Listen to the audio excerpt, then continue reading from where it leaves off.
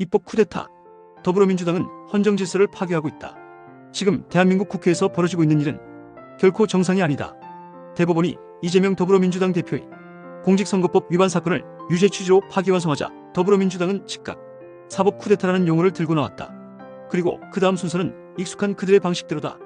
탄핵, 검사 탄핵, 장관 탄핵, 대통령 탄핵에 이어 이제는 대법원장 탄핵이다. 이는 더 이상 견제나 균형의 이름을 빌린 정치적 대응이 아니라 명백한 입법 쿠데타다. 대법원이 헌법과 법률에 따라 이재명 대표의 허위 발언에 대해 유죄 취지로 판단한 것은 사법부의 고유한 기능이다. 그러나 민주당은 이 판단을 선거 개입으로 규정하며 사법부에 대한 총공세에 나섰다.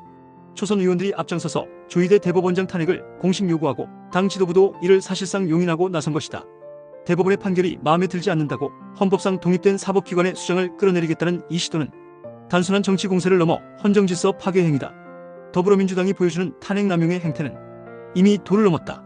자신들의 혐의를 수사한 검사를 탄핵하더니 이젠 유죄 판단을 내린 재판부까지 손보겠다고 한다. 이는 정치 보복이 아니라 범죄자 보복이다. 검찰 수사에 겁을 먹은 자가 검찰개혁이라는 말로 포장해 수사권을 무력화했고 이제는 사법 쿠데타 운운하며 사법부마저 입법부의 통제 아래 두려워하고 있다. 삼권 분립은 헌법의 기본 원칙이며 이를 흔드는 세력은 어떤 명분으로도 정당화될 수 없다. 이재명 대표는 당에서 알아서 할 것이라며 직접적으로 나서진 않았지만 이는 명백한 묵인이다. 마치 손에 피를 묻히지 않고 이를 처리하는 마피아 보스처럼 그는 주변을 통해 권력의 칼날을 휘두르고 있다. 지도부와 초선 의원들이 일제히 한 목소리로 대법원장을 향해 탄핵을 외치는 그 배경에는 결국 이재명이라는 존재의 사법 리스크를 제거하려는 절박함이 있다. 하지만 그 절박함이 대한민국 헌정을 위협하는 광기의 형태로 분출되고 있다는 점에서 이는 더 이상 묵과할 수 없는 사안이다. 사법부가 재판의 속도를 내자 민주당은 즉각 긴급의원총회를 소집하고 조희대 대법원장 탄핵 절차를 논의했다.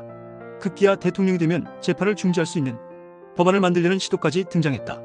이쯤 되면 단순한 정치권력 유지를 넘어서 자신의 범죄를 법으로 무죄화하겠다는 헌법 파괴 행위다.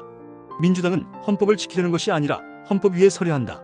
더욱 충격적인 것은 이재명 대표가 전과 오범이라는 점이다. 이미 다양한 범죄 혐의로 유죄 판결을 받은 자가 또 다른 범죄 혐의에 대해 수사를 못하게 만들고 재판을 중단하게 만들며 이제는 그를 유죄로 판단한 판사들까지 끌어내리려 한다. 이런 일이 법치주의 국가 대한민국에서 벌어지고 있다는 것이 믿기지 않는다. 이재명 대표는 사법으로는 더 이상 막을 수 없는 단계에 이르렀다. 이제 국민이 나서야 한다. 대한민국의 민주주의는 정당한 절차와 법치주의에 기반을 두고 있다. 그러나 지금 벌어지고 있는 일은 그 모든 기반을 뒤흔드는 입법 독재이며 헌정 쿠데타다. 국민이 선거를 통해 이재명의 범죄 혐의와 민주당의 위헌적 행태를 단죄하지 않는다면 대한민국은 더 큰 혼돈 속으로 빠져들 것이다. 문제는 대안의 부재다. 국민의힘은 김문수를 최종 후보로 선택했다. 그러나 김문수 후보는 여전히 계엄령과 탄핵의 강을 건너지 못하고 있다. 과거의 프레임에 갇혀 중도층의 마음을 얻기엔 한계가 뚜렷하다.